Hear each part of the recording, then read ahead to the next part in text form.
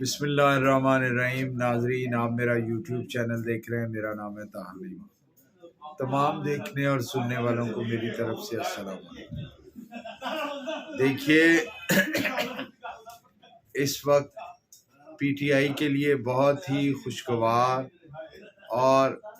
بڑی ہی شاندار جو ہے وہ خوش خبریاں آ رہی ہیں اور بتدریج آ رہی ہیں، ایک ایک کر کے پہنچ رہی ہیں۔ ایک تو یہ ہے کہ 8 فروری ہر صورت انشاءاللہ تعالی العظیم الیکشن کا دن ہو، کیونکہ آئی ایم ایف نے اس بات کی شرط لگائی ہوئی ہے کہ انہیں جو پیسے دیے گئے ہیں اس میں ایک چیز بطور شرط ہے کہ وہ الیکشن کروائیں گے اور الیکشن مقررہ تاریخ پر کروائیں گے۔ دوسری بات یہ بھی طے ہے کہ الیکشن جو ہے وہ صاف اور شفاف ہوں۔ بڑی اچھی بات، بڑی ہی خیر کی بات ہے۔ تیسری بات یہ ہے کہ پی ٹی آئی کو جو ہے وہ لیول پلینگ فیلڈ دیا جائے گا۔ اب لیول پلینگ فیلڈ پہلے تو لندن پلان کے تحت روک لیا گیا تھا، لیکن اب ہر قسم کی سروے ہونے کے بعد، ہر قسم کے حالات و واقعات کا جائزہ لینے کے بعد، ہر ایک انٹیلیجنس رپورٹ، ایک آزاد میڈیا سے رپورٹ، ایک انٹرنیشنل میڈیا کے سروے اور ان کی رپورٹس میں یہ بات سامنے آئی ہے کہ کوئی بھی ایسا حلقہ نہیں ہے جہاں پی ٹی آئی کی مقبولیت نہ ہو، سوائے چند ایک حلقوں کے جن کی تعداد پنجاب میں 6 یا 7 ہے، اور اسی طرح خیبر پختونخوا میں تو بالکل نون لیگ کا صفایا ہے، اور سندھ میں پھر بھی پیپلز پارٹی جو ہے وہ اپنا ایک خاص مقبولیت کا گراف رکھتی ہے اور وہ مقابلے میں رہے گی۔ اور کراچی میں جو ہے وہ ایم کیو ایم کے بے شمار حلقے جو ہے وہ پی ٹی آئی کی طرف کنورٹ ہو چکے ہیں اور وہ پی ٹی آئی کو ہی ووٹ کریں گے۔ اب ان سارے حالات کے باوجود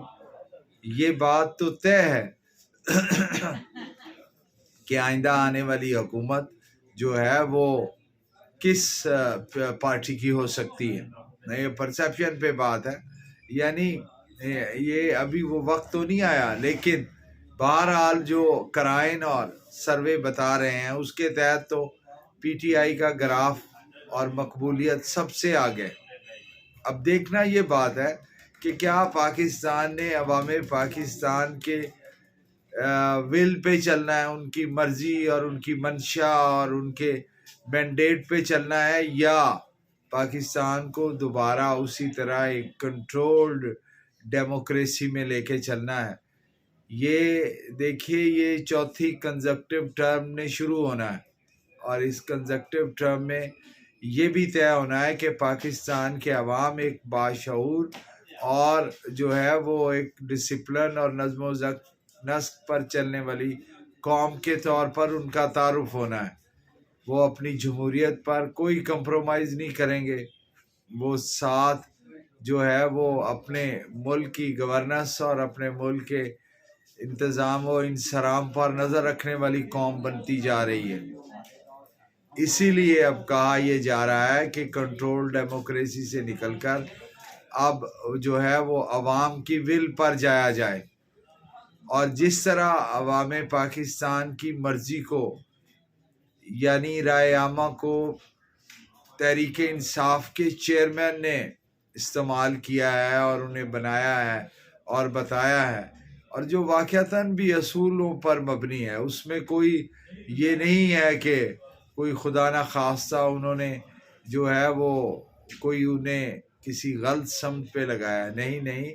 انہوں نے اسے درست سمت پر لگایا۔ اور پاکستان کے معاشی اور معاشرتی حالات اس وقت جس قدر گھمبیر ہو چکے ہیں، اس میں کسی پاپولر حکومت کے علاوہ معاملات کو سنبھالا ہی نہیں جا سکتا۔ معاملات اس قدر خراب ہوں گے اگر خدا نہ خواستہ دوبارہ کوئی کنٹرولڈ اور مینجڈ ڈیموکریسی اگر لائی گئی